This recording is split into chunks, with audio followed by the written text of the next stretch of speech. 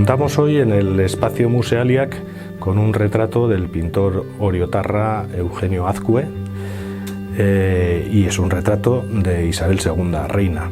El retrato lleva la fecha de 1850 y sabemos que Eugenio Azcue tuvo una formación inicialmente financiada por la Diputación Foral de Guipúzcoa. Estuvo primero estudiando pintura con Federico de Madrazo en Madrid y luego fue becado por la Diputación para Roma y para París, y a su retorno hizo varios encargos para esta propia Diputación Foral.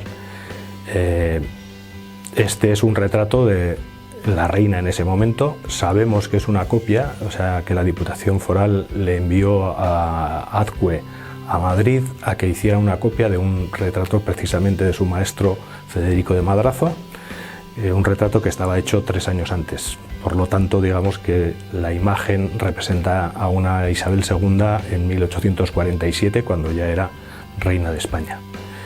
La figura de Isabel II es fundamental para nuestro museo, para entender prácticamente todo el discurso de este museo, porque sabemos que su nacimiento en 1830 y el problema hereditario que se creó en torno a la derogación de la ley sálica por parte de su padre y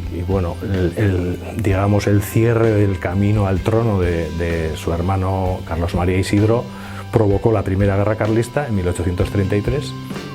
Y también podemos decir que la Segunda Guerra Carlista también es consecuencia un poco de la Revolución de 1868, que envió fuera del trono a Isabel II, la envió al exilio, y una serie de diferentes gobiernos en Madrid acabaron haciendo estallar la Segunda Guerra Carlista en 1872.